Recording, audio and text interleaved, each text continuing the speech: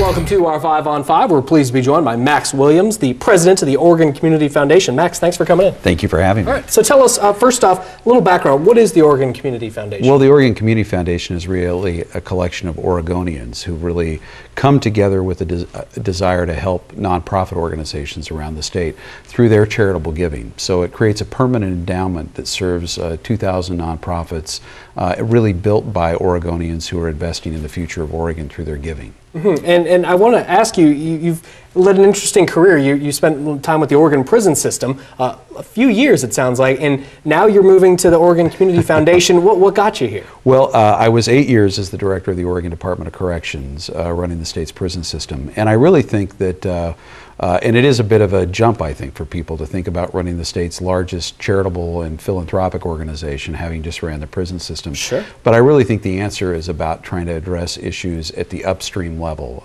When I was the director of corrections, what I saw was where we had really, I think, failed as Oregonians in addressing issues of education, addressing issues of poverty, family issues that really lead people to criminality. And while we worked on those issues, obviously, with folks while they were in prison, they're much more difficult to solve on the back end of that system. And the Oregon Community Foundation and its very generous donors are really about trying to affect change in Oregon on the upstream side of that equation. So lots of work around early childhood being done at the Oregon Community Foundation, lots of work around education, scholarships, and promoting access to higher education.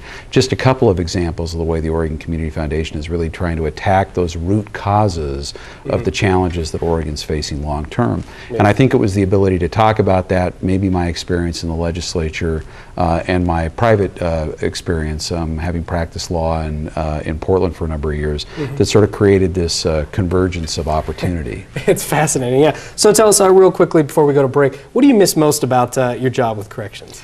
Well, truly the part that I miss the most is being part of an organization that was really designed to do a couple of important things. One, to ensure public safety by holding offenders accountable, but two, that was really focused on trying to change what happens to them when they release back to the community.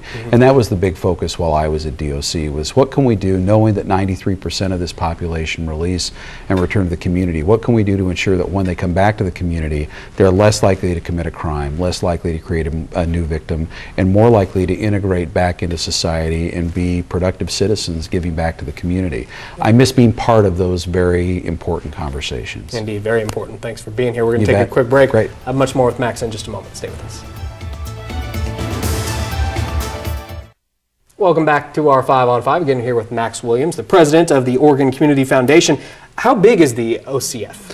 Well, Oregon Community Foundation manages an endowment at about $1.1 billion, which is made up of 1,700 funds, again, examples of individual Oregonians, big funds and small funds, just people giving charitably to OCF to then turn around and have those dollars over a long period of time through the endowment process return back to the community, to these thousands of nonprofits that we work with around the state. And how do you find managing those kind of funds with what you did at DOC? Well, the Department of Corrections, ours wasn't obviously an endowment, and in a two-year biennial budget, we spent about $1.2 billion a year running the corrections system. So it's nice to be in a place where we're actually building an endowment for the future, really again trying to address those root causes, whereas at corrections we were spending almost as much as, or a little more than, the overall size of the endowment every 2 years, really trying to deal with those issues, unfortunately, on the back end. So I think it creates sort of an interesting context for Oregonians as we ask people,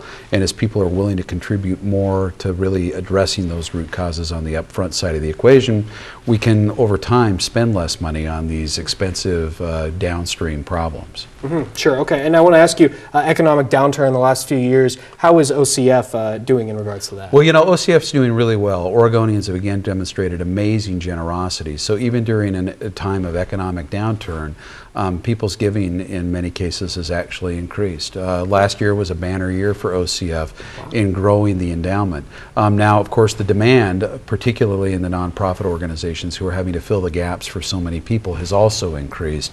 So there's always a challenge there, and we're constantly inviting Oregonians who want to really help Oregon for the long term to look at OCF as a a means of really directing their desires to impact their communities through a fund at OCF. And if people want to get involved besides monetarily, are there opportunities there? You bet. We have volunteers. We run 8 regional councils around the state that reflect the different parts of Oregon and help us understand the issues in those communities, and there's plenty of volunteer opportunities at OCF, and we just direct people obviously to visit our website and learn more about us. Yeah, OregonCF.org. That's Max, right. thanks so much for being here. Thank you for having me. Our pleasure. Stay with us. We'll be right back.